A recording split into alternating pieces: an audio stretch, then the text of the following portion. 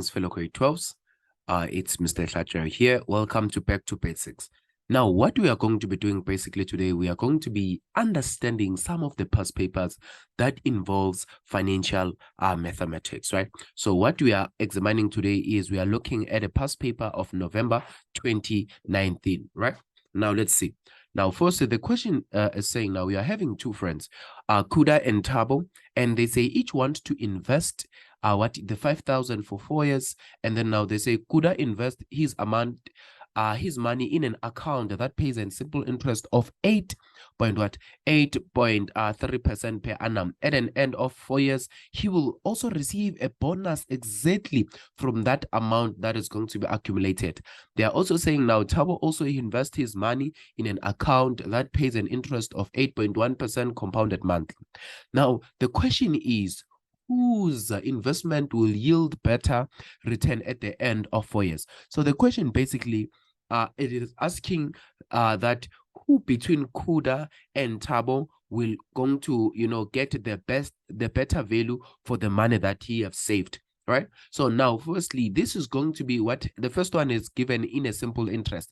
We know that our simple interest formula, it is A, which is equals to P into 1 plus your interest multiplied by the n. Now let's look in terms of what are we given. So we are given firstly our P, that this is your 5,000, right?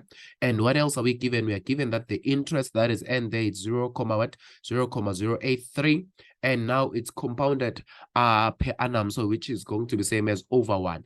And then we are given also the n, that this is going to be what? This is going to be for 4 years, right? Now let's see. So let's just try and plug and play.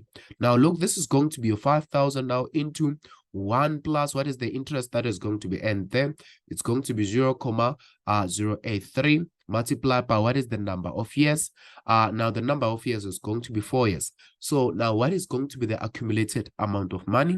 So the accumulated value there, if you plug in your calculator, you're going to get the value of 6,000. This is going to be 6,660, right? So this is going to be the accumulated amount. However, now before we even continue, we are given that you are also having what? You are also having 4% that is going to be earned exactly from this accumulated amount, which means now what we are going to do is we are going to also add 4% of the accumulated amount. So this is going to be 4 now over 100 multiplied by this, which is 6,660, and what is going to be the amount of money that we are going to get? This is going to be 266.40, right? Then now, which means the accumulated amount then is going to be both the 660 plus the 266.40 cent, right? And then now what is going to be the amount? This is going to be now 6,926.40 cent, right? So this is going to be the accumulated amount of money for what? For this is the case of Kuda, right? So this is Kuda. Now let's look at Tabo in terms of what will Tabo get. Now let's see. Now we are examining Tabo. So now Tabo there says simply he got this amount of money in a what?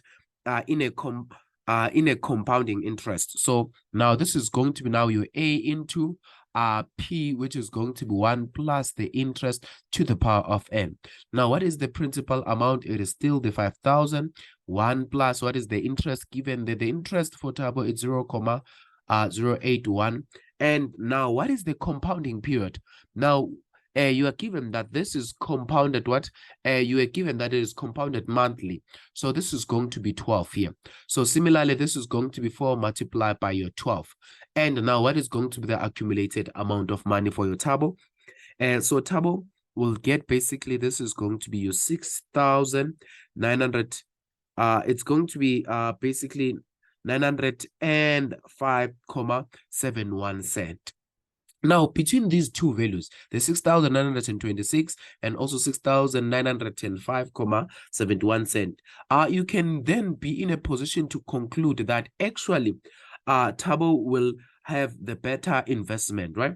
or rather not Tabo, but this is going to be Kuda, because Kuda is the one that is going to get, the better returns. So we are saying now Kuda will then have a better investment, right? We're going to have a better investment because that is going to be now the money, or rather he is going to be the one that is going to receive, more money than Tabo. Now let's continue 6.2. They are saying exactly 9 years ago, right? 9 years ago, a bank granted Mendy a home loan of how much? Of 525,000. This loan was to be repaid over 20 years. Now, at an interest rate of 10% per annum compounded monthly. Now, they say Mendy's monthly repayments commenced exactly 1 month after the loan was granted. Now, they say Mendy decides to make monthly repayment of 6,000 instead of the required 5,000 and 5,066 rand, 36 cent. How many payments will she make to settle the loan? Now let's start here. I know most of us, we tend to struggle in terms of understanding which one is going to be the present value, which one is going to be the future value, right? Now, as soon as you see the word loan, it's always going to be the present value. And why are we saying this is the present value? Because this is the amount of money that Mendy is going to acquire now and pay it back later, right? So since that is the case, so therefore, which means Mendy now will already have the 525. So this is the value that Mendy will have presently. So which means then we are going to use the present value formula, but not the future value, right? So which means our P is going to be equals to X, then into 1, subtract, what is the formula there? It is 1 plus your interest to the power of negative N over your I. Now let's continue and see. Now, what is it that you are having? So already what you are given here, let's get another nice color so that we can, so now what we are given here already, this amount of money here, this is going to be what? This is going to be your present value. And now this is going to be your value of your what? This is going to be the value of your N. And this is going to be your value of your I, which is given. And this is the compounding period, which means what you are having here for this one, your I is going to be over 12 because this is the compounding period. Now, and then here, this is going to be your what now? Your value of your X, right? Then this is going to be your value of your X. But what is important for us to take note is what we want to calculate now. We want to calculate in terms of now, if Mendy was required to pay 5,066 rand, 36 cent. Now, but she decided that she's going to pay the 6,000. Now, what is going to be now the amount of years that is going to cover this amount of loan, right? Or that is going to settle this loan? Because remember, the given duration, it was 20 years, but now it was 20 years in an amount of 5,066 rand, 3 cent, right? So, but now what she is using, basically now she is depositing the 6,000. So we want to find out what will then be the number of payments after that. So now let's come back and see what we can do here. Now, firstly, the present value already discussed. This is the 525, or rather 525,000 into, we know that now she is making the monthly deposit of 6,000. Then this is going to be into, let's make this to be nicer, 1 subtract, this is going to be 1 plus, what is the interest? And then, so the interest is 0.1, and the compounding period is 12. It's 12 because it's monthly. And then this is going to be to the power of negative N, right? And then you are going to again divide by 0.1 over your 12. Then this is going to be your formula. And now let's see in terms of what can we do. Now, the easiest way of us calculating the value of N, start here.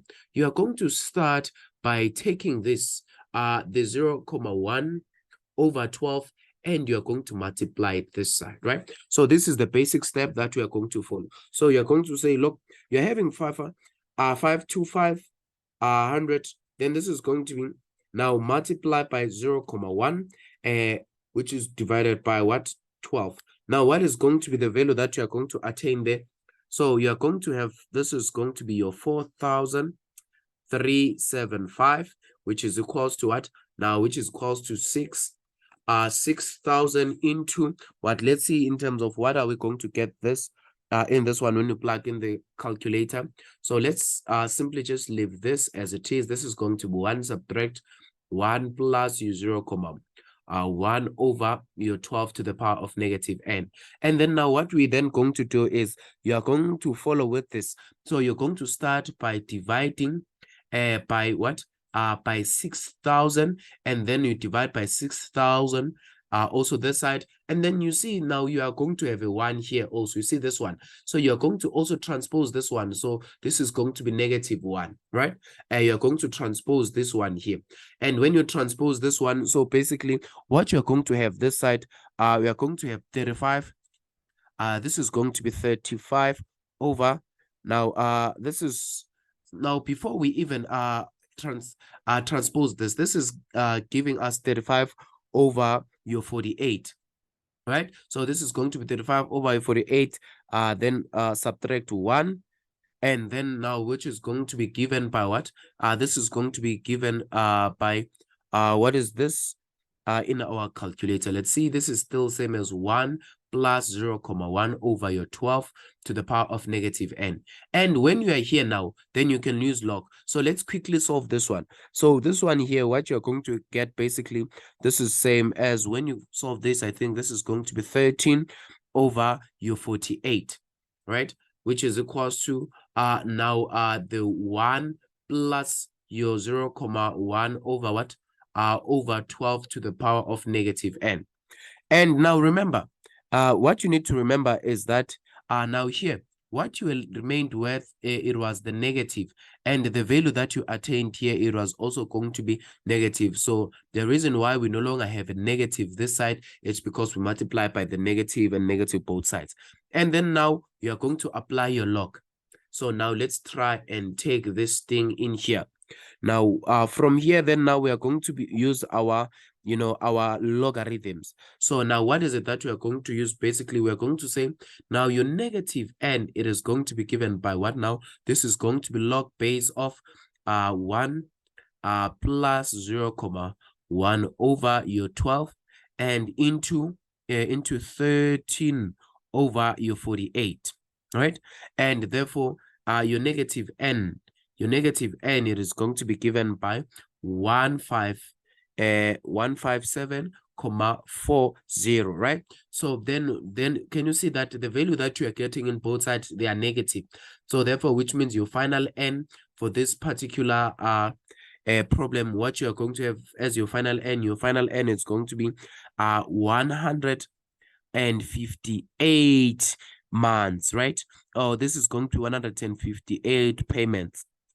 And I know you are probably wondering, why are we having 158? Look, if it's 157.4, this 0.4 payment is going to be paid the month following, right? So which means therefore that's why we are having 158 payments, because that 0.4 it is going to be settled the next, or rather the following month. Okay, so now hopefully this makes sense. Now let's see what the next question requires us to do. Right. Now we are looking at now your 6.2.2. Now they say after making the monthly repayments of 6,000 for what? For 9 years, Mandy required money to fund her daughter's university fees. Now she approached the bank for another loan. Instead, the bank advised Mandy that the extra amount of money repaid every month could be regarded as an investment, and that she could withdraw this full amount to fund her daughter's studies. Now calculate the maximum amount of money that Mandy may withdraw from the loan account. Let's start here. Now, what is important to take note? Again, now from the beginning, isn't it that Mendy was supposed to pay what? From the beginning, we know that Mendy was supposed to actually pay this amount of money, which is now 5,066 36 cent right now. So the bank is saying to me, now look, instead of us giving you another loan, what basically we can do is we are going to take that extra money from here. Remember, because she was paying now how much she was paying now 6,000 instead of 5,066. So they are saying this extra money that she was paying for, that she was paying into the loan, she can basically now take that particular amount of money and regard it as the investment, and then calculate in terms of how much percent is that amount of money have accrued for this 9 years, and then she's then going to be eligible to withdraw that particular money. All right. So now let's see in terms of what is it that we can do. So now the most fundamental important thing here is we are going to find what is the difference. We're going to find what is the difference, or what was she paying extra. So she was paying 6,000 and she was supposed to pay what? She was supposed to pay 5,066.36, right? So which means now what is she paying extra? Firstly, what was she paying extra? It is 933 rand, 64 cent, right? So they are saying this amount of money can be regarded now as an investment, right? So they are saying this, they can just regard this amount of money as an investment, and she can withdraw all the investment that she was making for the 9-year period. So now, which means you see now, as soon as we are talking about investment, this automatically becomes your future value. And since this is your future value, this is going to be X into now what this is going to be your bracket 1 plus your I to the power of n subtract 1 over the interest end. Now let's see. Now the monthly installment, remember she was also paying 933 rand, 64, right? So this is going to be regarded now as your investment, right? Or rather monthly installments. So the monthly installment, it is going to be 933.64 into what? Into now 1 plus the interest. It still ends at within the same interest, which was what? The interest which was 0, it's 0.1 over 12.